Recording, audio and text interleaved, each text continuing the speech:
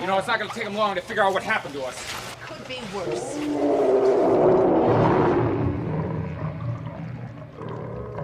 It's worse. The trash compactor scene in Star Wars Episode 4 is the first time we get to see our four protagonists in the same scene together. The trash compactor is also an allegory for the dating lives of the overwhelming majority of invisible men. There's something alive in here. That's your imagination. Before I can explain to you the plight of the invisible man, first I have to show you an actual man. How tall are you, bro? I'm 6'9". So as somebody that's 6'9", Okay, go ahead. are you telling me that there are women that you can get with that I can't just because of your height? Yes, correct. We live in a real world. What in the black pill? I'm speaking facts. Some girls might like some girls might be like, I want my man 6'5" or above, you know, that might be what they prefer, like 6'5" and above. If you're an invisible man, and by that I mean a man who is not excessively tall or somewhere in the mean in terms of good looks and income, you were taught by dating coaches behind a paywall that there is some kind of skill that you can learn that could give you skills on par with what this gentleman can get with simply being the height that many young women prefer. In a dating environment where men can be reduced to a height number, a salary number, and how well they look in a photo, the group of invisible men is of course getting larger by the day, and the group of men that become the representation of quote unquote actual men in the actual dating pool gets smaller, and of course their behavior changes, and that representation gets represented as all men. So why do men get so offended when women that they did not do right by and had no intentions of doing right by decides to go one of their homeboys? It's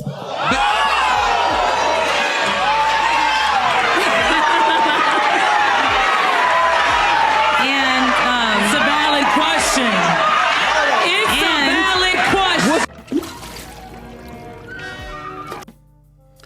Representations like this are one half of the allegorical trash compactor, where you're hearing this lady speak of a situation that's only happening to a very small group of men, and she's deeming all men as having this kind of behavior. And so of course, on one side of the trash compactor, invisible men are getting deemed as men that are doing behaviors that are simply uncouth, but then there's the other side of the trash compactor. I got a bad feeling about this.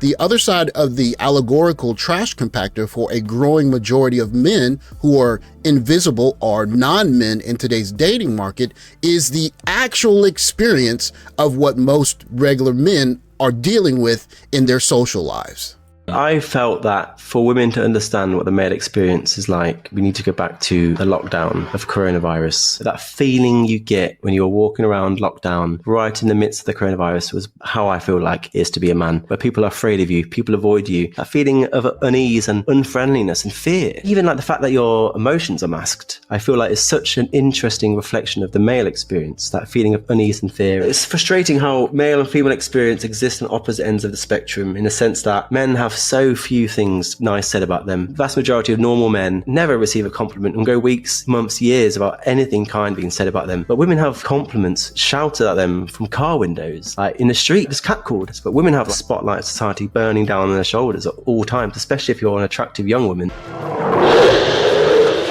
There's a growing burden for men in the middle that are getting effectively smushed, because on the one end, they're getting blamed for the behavior of a very small group of men because those men won't commit. And so all men are effectively bad. And then on the other end, there's just a life of quiet desperation where you're essentially invisible and no one really notices you. And so for a lot of men carrying this burden, it just takes them under. Brothers, she destroyed the contract. She destroyed the contract. You can understand the explosion in the popularity of Passport Bros, because for the overwhelming number of invisible men who are having a lot of difficulty even participating in the dating market, they're met with messages like this. This is a message for Black women. Black women specifically. Black women specifically. Let the table break. Let the building collapse. Let the ship sink. Let things go to the wayside.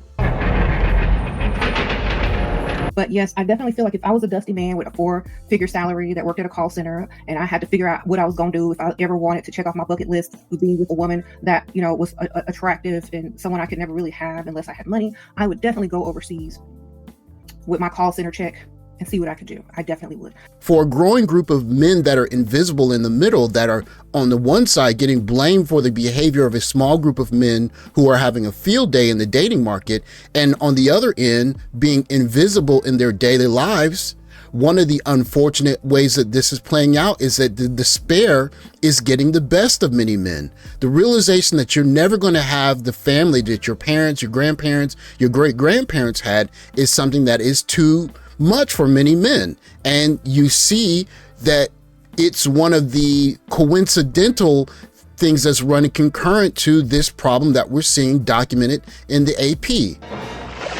Help him! What happened? If you're part of the ever-growing group of invisible men, or not men, if you will, then you're on the one end getting blamed for the behavior of a very small group of men at one end of the dating market that many more young women are dealing with, and the fallout from their behavior because they have unlimited choice. And on the other end, when you go out and at your normal height and your normal salary and your normal looks, you're facing extreme difficulty even getting noticed. And above that, you're hearing talk of the table and the table's breaking when you're not even involved in the dating market. You're essentially getting crushed from two sides. And so for many young men, there's only one option left. And I'm not saying it's right or wrong. If you don't have any other options, it is what it is. And it's a better option than what we're seeing in terms of despair. So if you see some young men who are facing despair in the dating market, you should remind them that it's a big world and they should take advantage of it, because you can't enjoy the world if you're 6 feet under. Thanks for watching. Like, subscribe, comment below, and I'll catch you guys in the next video. Take care, guys.